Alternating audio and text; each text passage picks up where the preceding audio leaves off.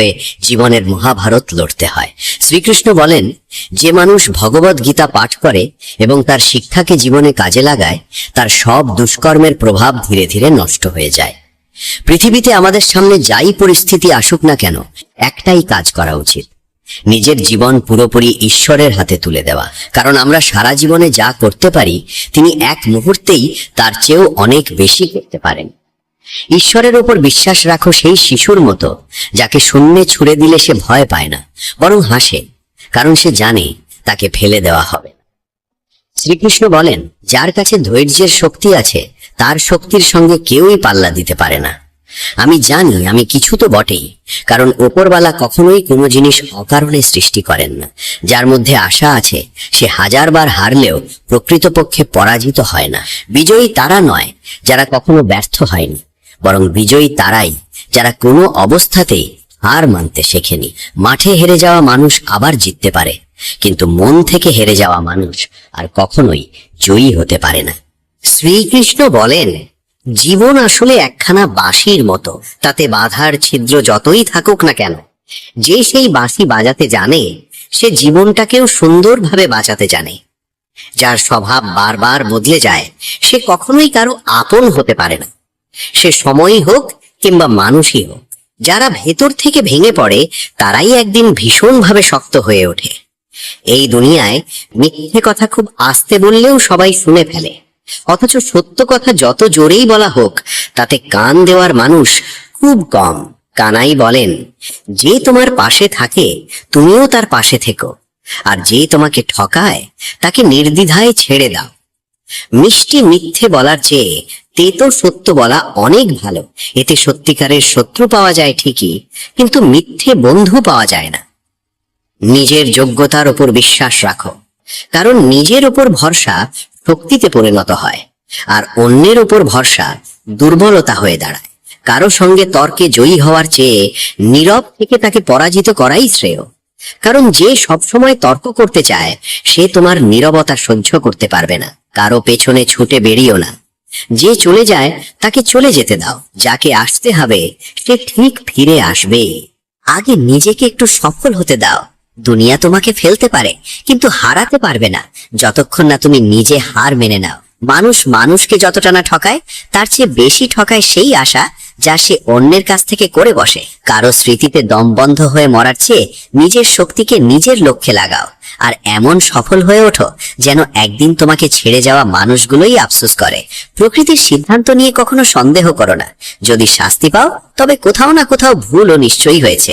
একজন মানুষ হাজার জ্ঞান অর্জন করুক, গোটা পৃথিবীকে জানুক, কিন্তু যদি নিজেকে না চেনে, তবে সে আসলে অজ্ঞই থেকে যায়। এতটা সাধারণ হও যে সবাই তোমার পাশে বসতে পারে, আর এতটা শক্ত অবস্থানে থাকো যে তুমি দাঁড়ালে অন্যদের বসে থাকতে হয়। কিছু দায়িত্ব এমন হয় যা রাতের ঘুম উড়িয়ে দেয়, তাই রাত জেগে থাকা প্রত্যেক মানুষই প্রেমিক নয়। যুদ্ধের ময়দানে ঘোড়া সওয়াররা পড়ে যায়, কিন্তু যারা হাঁটু গেড়ে চলে তারা আর কি পড়বে?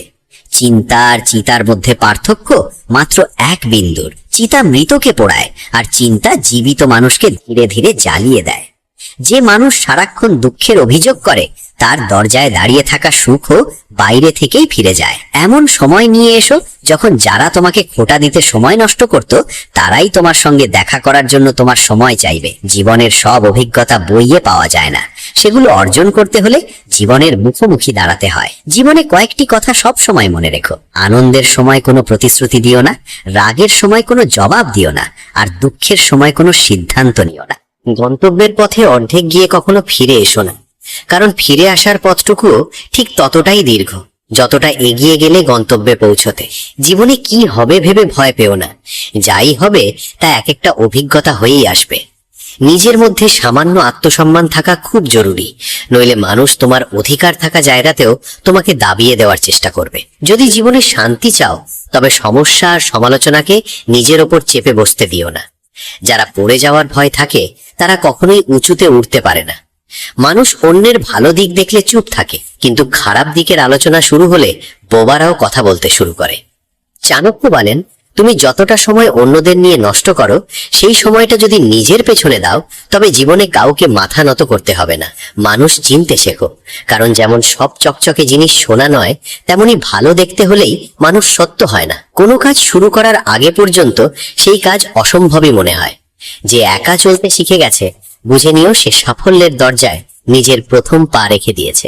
সুখী থাকার একটাই সহজ মন্ত্র, আশা শুধু নিজের কাছেই রাখো, অন্য কারো কাছে নয়। নিজেকে পুরো মুছে দিয়েও যদি চলতে চাও, তবু এই দুনিয়া তোমাকে সন্তুষ্ট করবে না। তাই অন্যের খুশির জন্য নয়, নিজের মন যা চায় সেটাই কর, কারণ দুনিয়ার পছন্দ বদলাতে একটুও সময় লাগে না। যে মানুষ নিজেকে নিয়ন্ত্রণে আনতে পেরেছে, তার জয়কে কেউই পরাজয়ে বদলাতে পারে না। যারা খারাপ সময়ের হাত ধরে হাঁটতে শিখেছে, তারাই সত্যিকারে শক্ত হয়ে ওঠে।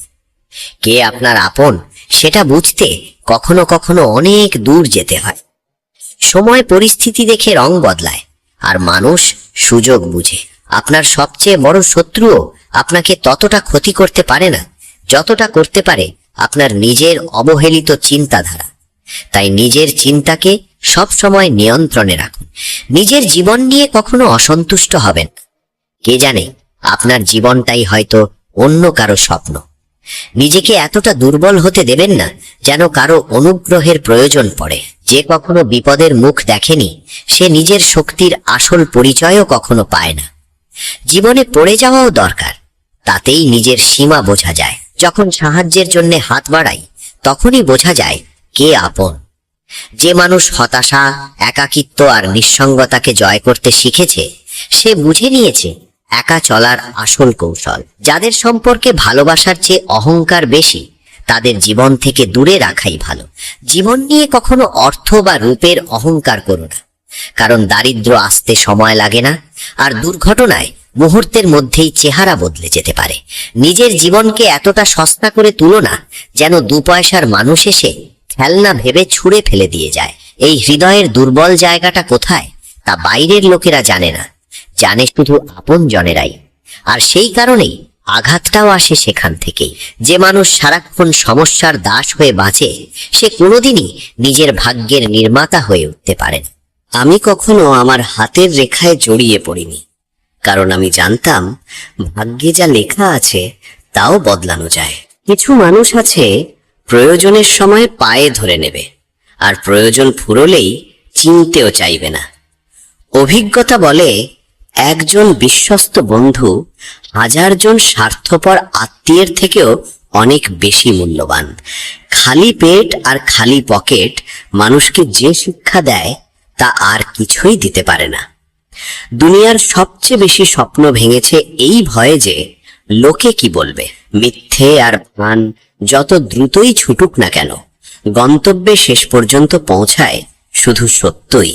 কানাই বলেন, কারো ওপর বেশি রাগ করার চেয়ে নিজের জীবনে তার গুরুত্ব কমিয়ে দেওয়াই ভালো। কেউ যদি বিশ্বাস ভেঙে দেয়, তাকেও ধন্যবাদ দাও, কারণ সে শেখায় বিশ্বাস কাকে, কখন আর কতটা করতে হয়। যখন মনে হবে সবাই তোমার বিপক্ষে, তখন মনে রেখো উড়োজাহাজ সবসময় বাতাসের বিপরীত দিকেই ওড়ে, বাতাসের সঙ্গে নয়। দুঃখের মাঝেও যখন মানুষ ঈশ্বরের উপর বিশ্বাস রাখে, তখনই ঈশ্বর সবচেয়ে বেশি আনন্দিত হন। প্রভু বলেন, আজ যা তোমার কাছে আছে, কাল তা অন্য কারো ছিল, আর পরশু তা আর একজনের হয়ে যাবে। তাই নিজের মূল্য এমন রাখো যা দেওয়া সম্ভব।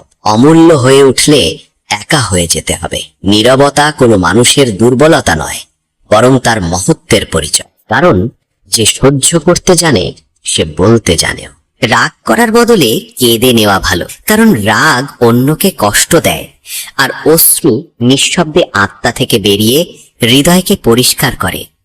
জীবন এমন এক বই, যার অসংখ্য পৃষ্ঠা এখনো তোমার পড়া হয়নি। কেউ খুব সুন্দর করে লিখেছে, সবাই আমাকে পছন্দ করে, কিন্তু যেদিন আমার দরকার পড়ে, সেদিনই সেই পছন্দ হারিয়ে যায়। জীবন বাঁচার 2টো পথ আছে, এক হলো যা পছন্দ তা অর্জন করা, আর অন্যটি হলো যা পেয়েছো তাকে ভালোবাসতে শেখা।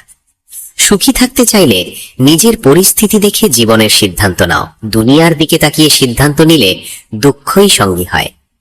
মানুষ যাই বলুক, নিজেকে শান্ত রাখো, কারণ সূর্যের তাপ যত তীব্রই হোক, সমুদ্র কখনো শুকিয়ে যায় না। কেউ একদিন ঈশ্বরের কাছে অভিযোগ করেছিল, অনেক কষ্টে বাসা বানিয়েছিলাম, আপনি ঝড় পাঠিয়ে সব ভেঙে দিলেন। আকাশ থেকে উত্তর এলো, তোমার বাসায় সাপ ঢুকেছিল তোমাকে গিলতে, তাই ঝড় পাঠিয়েছিলাম, যেন তুমি জেগে ওঠো, উড়ে যেতে পারো আর বেঁচে থাকো। আমাদের জীবনে কত কষ্ট আসে আর কত বিপদ থেকে ঈশ্বর আমাদের রক্ষা করেন তা আমরা অনেক সময় বুঝতেই পারি না। যদি মনে হয় ঈশ্বর তোমাকে কষ্টের দিকে নিয়ে গেছেন, বিশ্বাস রেখো, তিনিই তোমাকে কষ্টের শান্তির পথ এবং এগিয়ে চলার অনুপ্রেরণা। ভগবান শ্রীকৃষ্ণের বাণী শুধু আমাদের জীবনকে ইতিবাচক করে তোলে না, বরং প্রতিটি সমস্যার সমাধান ও মানসিক শান্তির দিশাও দেখায়। বিশ্বাস করা হয়, যে ব্যক্তি নিয়মিত গীতার উপদেশ মেনে চলে তার জীবনে সাফল্য আসে এবং মন থাকে প্রশান্ত। শ্রীমদ্ ভগবদ গীতা এক অনন্য আধ্যাত্মিক গ্রন্থ। এর প্রতিটি শ্লোকে এমন গভীর জ্ঞান নিহিত রয়েছে যা অন্য কোথাও খুব কমই পাওয়া যায়। এতে বেদের সারাংশ, কর্মের গুরুত্ব, জ্ঞান, ভক্তি এবং ঈশ্বর তত্ত্ব অত্যন্ত সুস্পষ্টভাবে ব্যাখ্যা করা হয়েছে। গীতা কেবল একটি ধর্মগ্রন্থ নয়, এটি জীবনের পূর্ণাঙ্গ দর্শন। যদি কেউ গীতার মূল ভাব বুঝতে পারে, তাহলে অন্য অনেক শাস্ত্রের সারমর্ম সে সহজেই উপলব্ধি করতে পারে। তাই আসুন আমরা প্রতিজ্ঞা করি, এই মহামূল্যবান জ্ঞানকে বুঝব এবং জীবনে প্রয়োগ করব। ভগবান শ্রীকৃষ্ণ নিজেই বলেছেন, তিনি গীতার মধ্যেই বিরাজমান। গীতার জ্ঞানই 3 লোকের পরিচালনার ভিত্তি। যিনি এই জ্ঞানকে অনুসরণ করেন তিনি মুক্তির অধিকারী হন। এমনকি যে ব্যক্তি গীতার জ্ঞান অন্যদের মাঝে প্রচার করে তিনি ভগবানের কাছে অতি প্রিয়। আধুনিক জীবনের নানা চ্যালেঞ্জের মাঝে গীতা আমাদের দৃঢ় ও সক্রিয় থাকতে শেখায়। হতাশার অন্ধকারে ডুবে যাওয়া মানুষকে এটি আশা ও আত্মবিশ্বাসের আলো দেখায়। গীতা আমাদের ধর্ম, কর্ম ও প্রেমের প্রকৃত অর্থ বোঝায় এবং শুধু এই জীবন নয়, পরজীবনের পথনির্দেশও দেয়।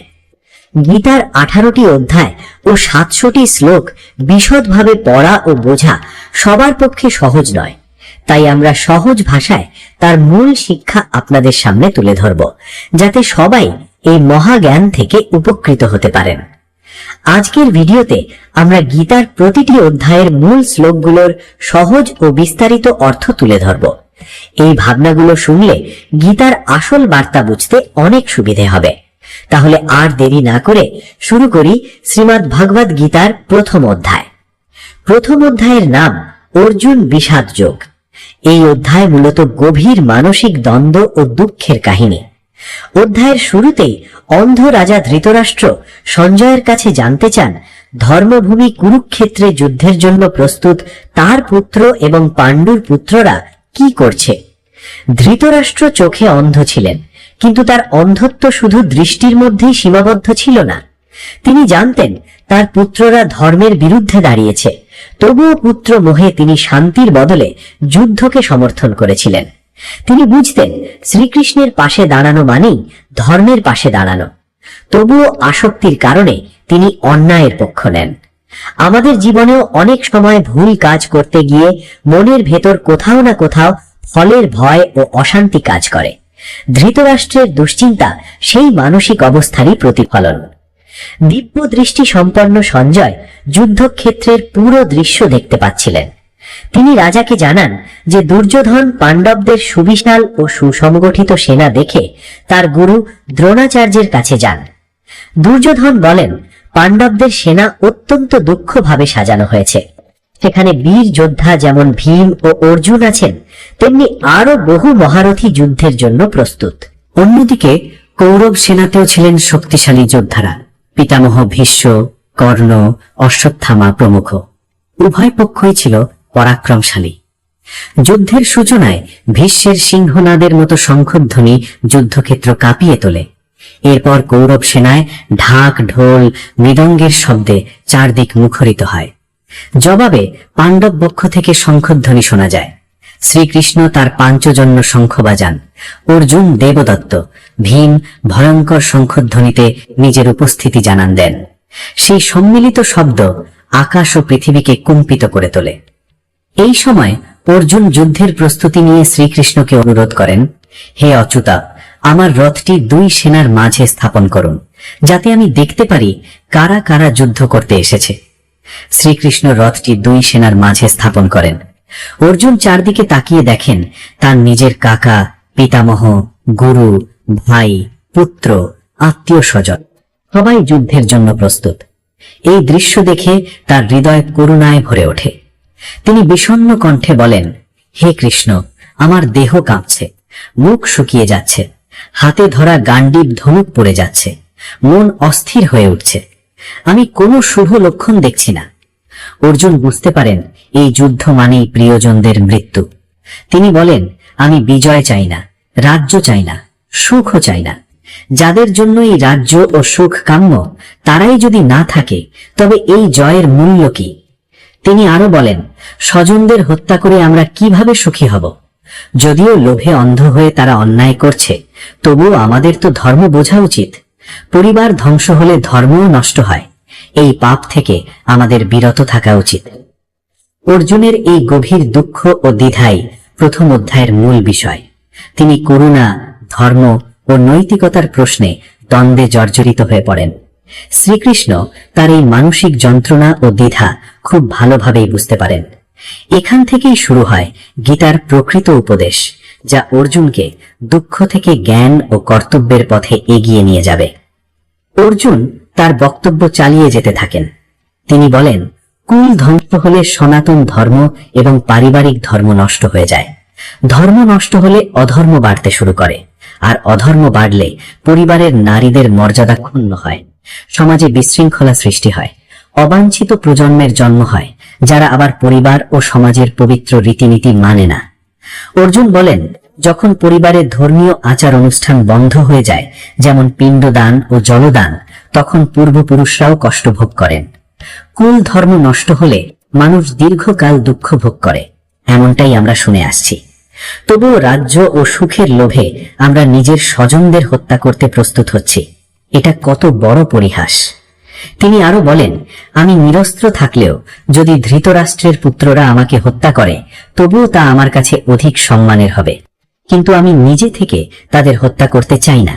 এভাবে শোক ও দ্বিধায় ভরা হৃদয় নিয়ে অর্জুন যুদ্ধক্ষেত্রে তার ধনুক তীর ফেলে রথের পেছনে বসে পড়েন। এখানেই শেষ হয় শ্রীমদ্ ভগবদ গীতার প্রথম অধ্যায়, অর্জুন বিষাদ যোগ। এই অধ্যায়ে আমরা অর্জুনের করুণা, ধর্মবোধ এবং গভীর মানসিক দ্বন্দ্ব দেখতে পাই। এরপর শুরু হয় শ্রীকৃষ্ণের উপদেশ। অর্জুন বলেন, হে কেশব, এই যুদ্ধে নিজের গুরু, আত্মীয় ও প্রিয়জনদের হত্যা করে আমি কি লাভ পাব? স্বর্গ কিংবা 3 লোকের রাজ্যও যদি পাই, তবুও তাদের হত্যা করে কোনো শান্তি বা তৃপ্তি পাব না।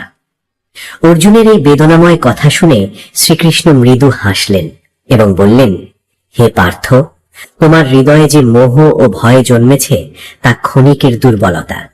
এই আসক্তি তোমাকে তোমার কর্তব্য থেকে সরিয়ে দিচ্ছে।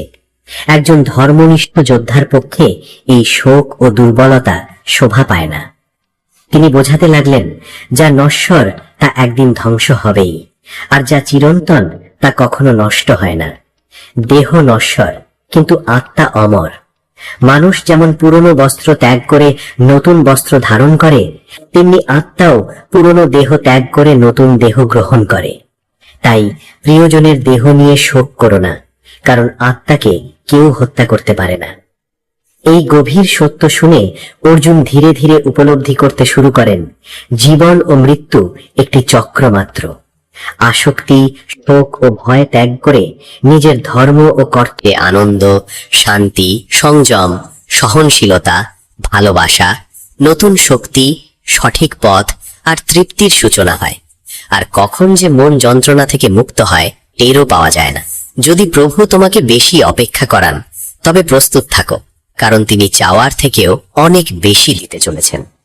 মানুষ যেমন মৃতদেহ কাঁধে নেওয়াকে পুণ্য মনে করে, তেমনি যদি জীবিত মানুষের পাশে দাঁড়ানোকে পুণ্য ভাবতে শিখত, জীবন অনেক সহজ হয়ে যেত। জীবন নিয়ে এত ভাবনা, যিনি জীবন দিয়েছেন তিনি নিশ্চয়ই কিছু ভেবেই দিয়েছেন। গতকাল যত কষ্টেই ভরা থাকুক, আগামীকাল কিন্তু তোমার হাতেই। মন অন্ধ, তার নিজের কোনো জ্ঞান নেই, সে পথও দেখাতে পারে না। তাই অন্ধ মনের কথা শুনে জরুরি কাজ পিছিয়ে দিও না, বুদ্ধি দিয়ে কাজ করো, মন দিয়ে নয়। কারণ অন্ধ মন সবসময় তোমাকে প্রয়োজনীয় কাজ থেকে দূরে রাখে। যখন বুদ্ধির নির্দেশে কাজ করতে শুরু করবে, তখন ধীরে ধীরে মন তোমার বন্ধু হয়ে উঠবে। না হলে এখন সে তোমার শত্রু হয়েই প্রতিদিন তোমাকে ক্ষতি করছে। মনের ভাবনা মুখে প্রকাশ করো না। যেমন গোপন মন্ত্র রক্ষা করা হয়, তেমনি নিজের বড় লক্ষ্যগুলো মনেই আগলে রাখো। চুপচাপ কাজ শেষ করো, তারপর বলো। কারণ অধিকাংশ মানুষ নিজের কষ্টে নয়, অন্যের সাফল্যে বেশি কষ্ট পায়। বড় লক্ষ্য আর বড় কথা কেবল তাদের সঙ্গেই ভাগ করো যারা তা নিজের ভেতরে ধরে রাখার শক্তি রাখে। কখনো আর্থিক অবস্থা দুর্বল হলে, বড় ক্ষতি হলে, সবকিছু নষ্ট হয়ে গেলে সেই কথা নিজের মধ্যেই রেখো। বন্ধু বা আত্মীয়দেরও জানিও না। সহানুভূতির আশায় কান্না করো না। মানুষ জানলে যে তোমার টানাটানি চলছে, ধীরে ধীরে মুখ ফিরিয়ে নেবে আর সম্মান করাও বন্ধ করবে। তাই দুর্বল সময়ে আরো বেশি হাসো, নিজেকে আরো শক্ত দেখাও। কারণ মানুষ ততটাই বোঝে যতটা তুমি তাকে দেখাও।